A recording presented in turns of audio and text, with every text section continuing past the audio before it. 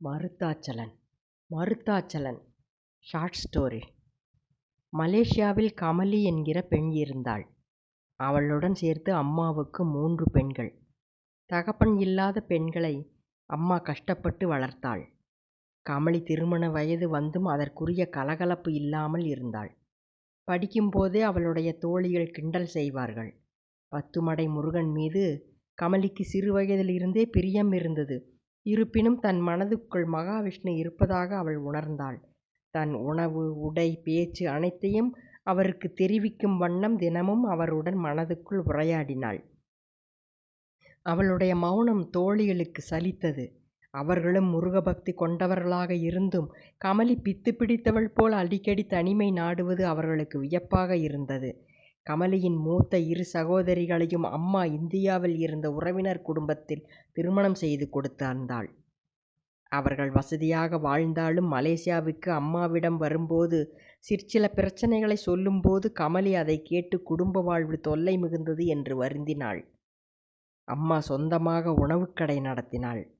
தன் 2 மகள்கள் வரும்போது அவர்களின் சந்தோஷத்திற்காக துணி, பணம் என்று தந்தனுப்பிய அம்மா தன் கடைக்குட்டி கமலியின் சந்தோஷத்திற்காக அவளுடன் பத்துமடை முருகன் கோவிலுக்கு அடிக்கடி சென்றாள்.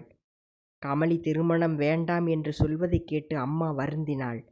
தன் மூத்த பெண்களை இந்தியாவில் இருந்து வரவழைத்து அம்மா கமலியிடம் இது பற்றி பேசினாள்.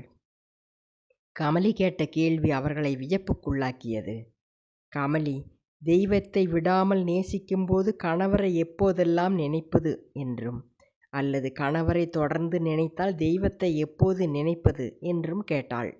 உலகத்தில் எந்த பெண்ணும் இப்படி கேட்டதில்லை என்று சொன்ன சகோதரிகள் மற்ற பெண்களைப் போல பக்தியுடன் வழிபாடும் செய்ய வேண்டும் என்றும், அதே சமயம் குடும்பத்தையும் கவனிக்க வேண்டும் என்றும், குடும்பத்துக்காகத்தானே பக்தி என்றும் கூறினார்கள். கமலிக்கு சமாதானம் ஆகவில்லை. கமலி வாழ்வதற்காக பக்தி கொள்ளும் மற்றவர்களைப் போல் இல்லாமல் வாழ்வதே பக்தி செய்யத்தான் என்ற மனநிலையில் இருப்பதை அம்மா நன்றாக புரிந்து கொண்டாள். மூத்த மகள்களை ஊருக்கு அனுப்பிவிட்ட அம்மா கடையை விற்றுவிட்டு பணத்தை எடுத்துக்கொண்டு பத்துமடை முருகனை வணங்கிவிட்டு கமலியுடன் இந்தியா வந்தாள். பூர்வீகத்தில் தானே ஒருவருக்கு புரியாத வினாக்களுக்கு விடை கிடைக்கும் என்பதால் அம்மா தன் மகள்களின் உதவியுடன் கமலியை முருகனின் ஆறுபடை வீட்டுக்கும் அழைத்துச் சென்றாள். ஒவ்வொரு தலத்திலும் 2-3 நாட்கள் தங்கினார்கள். அம்மா எப்போதும் காலை மாலை 2 முறை குளித்துவிட்டு நெற்றியில் திருநீறு பூசும்போது நாராயணா நாராயணா நாராயணா என்று 3 முறை சொல்லி பூசுவதை கமலி சிறு வயதில் இருந்தே கவனித்தாள். நாராயணனை வணங்குபவர்கள் திருமண் குழைத்து நெற்றியில் இட்டுக்கொள்வார்கள். சிவகுடும்பத்தை வணங்கும் பக்தர்கள் திருநீறு பூசுவர். அவ்வாறு திருநீறு பூசும்போது முருகா என்றோ சிவசிவா என்றோதானே கூறுவார்கள். திருநீறு பூசும்போது அம்மா ஏன் நாராயணா என்று சொல்கிறார்கள் என்று கமலி கேட்டாள். அம்மாவோ அதற்கு காரணம் தெரியாது என்றும், தன் சிறு வயது முதல் தான் அப்படி செய்து பழக்கப்பட்டதாகவும், இந்தியாவில் வாழ்ந்தபோது தன் தாத்தா அப்படி செய்வார் என்றும் அம்மா கூறினாள். பக்தி சம்பந்தப்பட்ட கேள்விகள் பெருகி கமலிக்கு ஞான தேடல் அதிகமாகி பைத்தியம் பிடித்துவிடும் போல் இருந்தது. தான் ஏன் திருமணம் புரிய வேண்டும் என்றும், முதலில் தான் யார் என்றும் தெரிய வேண்டும் என்றும் ஏக்கமாக இருந்தது கமலிக்கு. அம்மா ஆறுபடை வீட்டுக்கும் கமலியுடன் சென்றபோது கமலி கோவிலுக்குள் இருக்கும்போது சந்தோஷமாகவும், வெளியில் வந்த பின்பு எப்போதும் மௌனமாகவும் பித்து பிடித்ததைப் போலவும் இருப்பதைக் கண்டு அம்மாவும் கமலியின் சகோதரிகளும் கலங்கினர். அம்மா மிகவும் தளர்ந்தாள். தன் கடைசி பெண்ணின் நிலை கண்டு மிகவும் சோர்ந்தவளாக முருகனை எண்ணி மனம் உருகினாள் அம்மா. மூத்த 2 பெண்களும் தங்களால் இனி முடியாது என்றும், மறுபடி மலேசியா சென்று அவளை ஏதாவது ஒருவருக்கு திருமணம் புரிந்துவிட்டால் சரியாகிவிடும் என்றும், தங்கள் குடும்பத்தினர் கமலியை கண்டு ஏளனம் பேசுவது சகிக்கவில்லை என்றும் புலம்பினர். இறுதியாக அம்மா 7ஆம் படையாக கோயம்புத்தூரில் மருதமலை கோவில் இருப்பதை கேள்விப்பட்டு அங்கு செல்ல விரும்பினாள். அம்மாவும் கமலியும் மருதமலைக்கு வந்தனர்.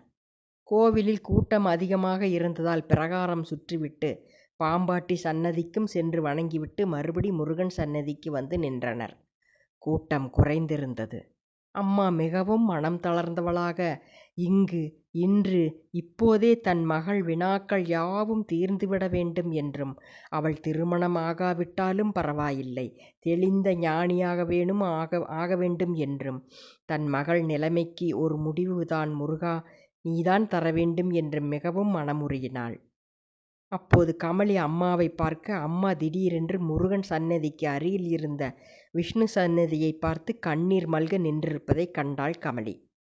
கமலியும் விஷ்ணு சன்னதிக்கு சென்று நின்றாள். திடீரென்று அவளைச் சுற்றி எல்லாம் இருளாக அவள் மட்டும் ஒளிர்ந்தது போல் இருந்தது. அவள் நன்றாக பார்த்தாள்.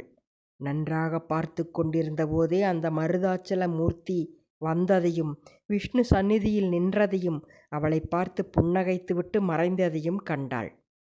கமலிக்கு பரவச மிகுதியில் ஆனந்த கண்ணீர் வழிந்தது. ஆம், அவள் பேரானந்த நிலை உணர்ந்தாள். அந்த சில வினாடிகள் ஆயுளுக்கும் மறக்க முடியாததாக இருக்கும் என்று தோன்றியது. அந்த மணிமகுடம், பட்டாடை, செங்கோல், பல மணிகளும் வைரங்களும் பதித்த தங்க மாலைகள், வேல், தங்க பாதுகைகள் என்று கம்பீரமாக ஒரு அரசனைப் போல் வந்த தெய்வம் விஷ்ணு சந்நிதியில் நின்று அவளைக் கண்டு சில நொடிகள் புன்னகைத்துவிட்டு மீண்டும் கருவறைக்குள் சென்று மறைந்துவிட்டது. அப்படியே மெய்சிலிர்க்க நின்று இருந்தாள் கமலி. தன் மகளை அரவணைத்து ஆசுவாசப்படுத்தினாள் அம்மா. கமலி ஏதோ ஒன்றை உணர்ந்து விட்டதாக அம்மா நினைத்தாள். தன் மகளின் எல்லா வினாக்களும் தீர்ந்து போய் விட்டதாக அவளின் மந்தகாச முகத்தை பார்த்து அம்மா தெரிந்து கொண்டாள். தன் மற்ற பெண்களைப் போல் தன் மகள் குடும்பஸ்தியாக வாழ்கிறாள் என்ற பெருமையை காட்டிலும் தன் மகள் தெளிந்த ஞானி என்பதில் பெருமிதம் கொள்ளும் 1000ல் ஒரு தாயாக அவள் இருந்தாள். இந்த காரணத்தினால்தான் இங்கு வாழ்ந்த அம்மாவின் முன்னோர் திருநீறு பூசும்போது நாராயணனை நினைத்ததை கமலி உணர்ந்தாள். இதனால்தான் முருகபக்தி கொண்ட தனக்கு விஷ்ணு மனதில் உள்ளதாக உணர்ந்ததையும் புரிந்து கொண்டாள். தன் முற்பிறப்பு ஞானத்தேடலும் இப்போது முழுமையானதை உணர்ந்தாள். ஆம், அவள் தெளிந்த ஞானியானாள். கமலி எப்போதும் ஞாயிற்றுக்கிழமையும் வளர்பிற ஏகாதேசியும் ரோகிணியும் கூடும் நாளில் மருதமலை முருகன் இந்த அற்புத தரிசனம் நிகழ்த்துவதை உணர்ந்தாள். அன்று ஞாயிற்றுக்கிழமை, ரோகிணி நட்சத்திரம், வளர்பிற ஏகாதசி.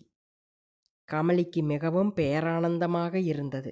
அம்மாவும் மகளுக்கு தெளிவு தந்த முருகப்பெருமானாகிய மருதமலை ஸ்ரீ மருதாச்சல மூர்த்தியை பலவாறாக துதித்தாள்.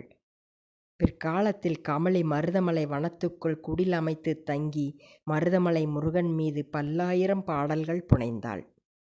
முற்றும்.